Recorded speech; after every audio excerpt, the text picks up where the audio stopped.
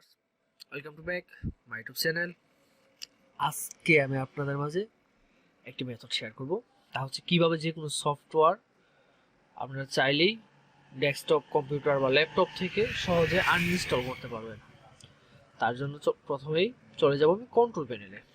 Start বারে গিয়ে লিখবো কন্ট্রোল কন্ট্রোল প্যানেল। দেখেন লেখা মাত্র উপরে সাজেস্ট করবে, সি লেখা মাত্রই সাজেস্ট করবে। দেন এখান থেকে হিট এন্টার অথবা মাউসের ডাবল ক্লিক। দেন ক্যাটাগরি থেকে গিয়ে ক্যাটাগরিটা যদি আপনাদের পরিবর্তন থাকে ভিউ বাই থেকে গিয়ে ক্যাটাগরি করে দিবেন, আপনাদের অন্য কিছু থাকতে পারে। দেন চলে যাব হচ্ছে আনইনস্টল। এখন আপনি যে সফটওয়্যারটি আনইনস্টল করতে চাচ্ছেন ওই সফটওয়্যারটি এখান থেকে খুঁজে বের করবেন। দেখেন আমি কোনটা আনইনস্টল করতে চাচ্ছি।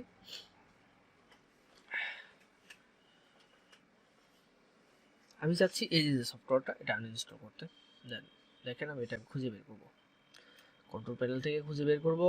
দেন আমার কাঙ্ক্ষিত সফটওয়্যারটা পাওয়া মাত্রই তার উপরে মাউস ক্লিক করে রাইট বাটনে ক্লিক করব।